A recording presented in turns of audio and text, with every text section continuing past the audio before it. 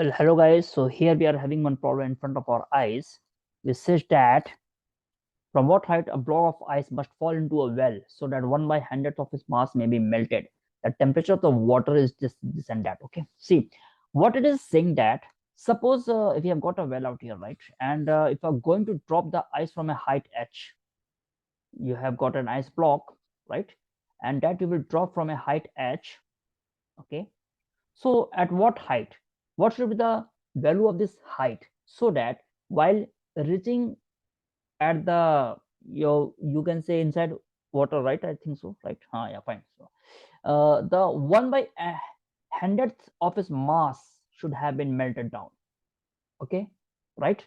Only 1/100th of its mass should have been melted. That's it.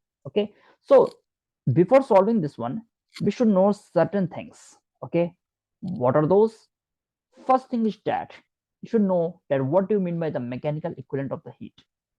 Mechanical equivalent of heat. Okay, what it says, suppose we have W work done, right? If you say that it is directly proportional to the Q, right, then W will be equal to JQ. Well, J is known as the mechanical equivalent of heat. Mechanical equivalent of heat. Okay, fine, right? Second thing that you must know is that 1 joule, that is equal to 10 power 7 erg. Okay. The third thing that you must know is that what is 1 joule? It is the work done when a force of 1 Newton is being applied and it displaces the mass by 1 meter. Fine.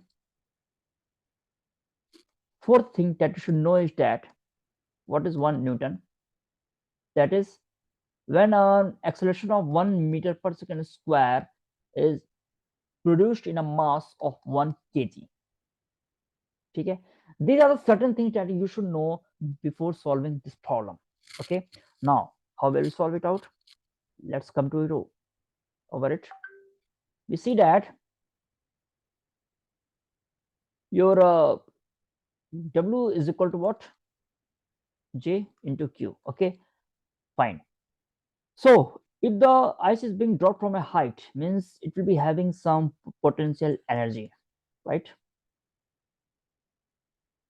Okay, right, it will be equal to mgh, and that's the way we can get the work. Means the mgh, it will be equal to your mgh, that will be equal to J into Q. Okay, what should be the value of Q?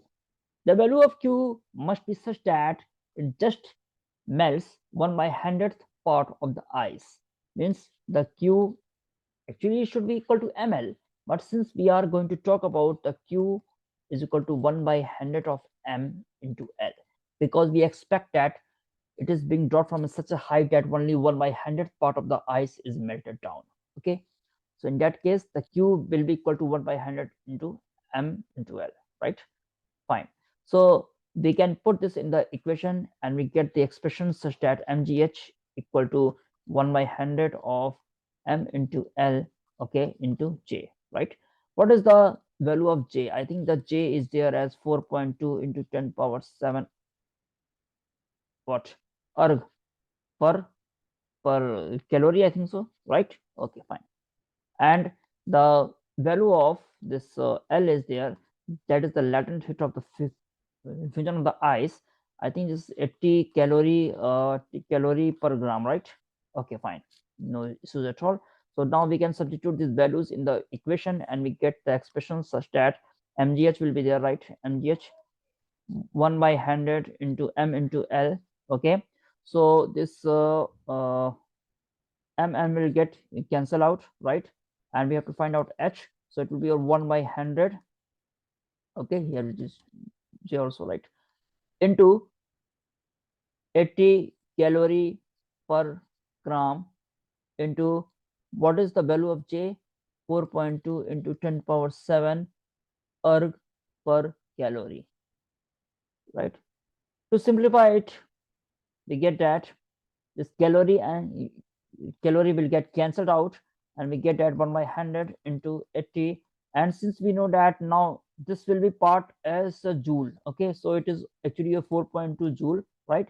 And since it is joule, we don't have anything, we should not have anything in the CGS unit now. So the gram will change into the kilogram. In that case, it will be equal to 1 upon 1000, right? So 1000 will come over out here, right? And we have got the thing which like this.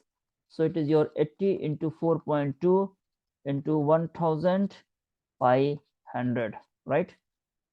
Right, okay. And where is 9.8 into 1 upon 9.8 into 1 upon 9.8 into 1 upon 9.8, okay, meter per second square, right? Okay, fine. So now we see out here that we'll be solving this equation. We get that 100 is there, 80 into 42 by 9.8. From here we can get the answer as 342 point, I think it should be the answer D, right? There is the answer D for that.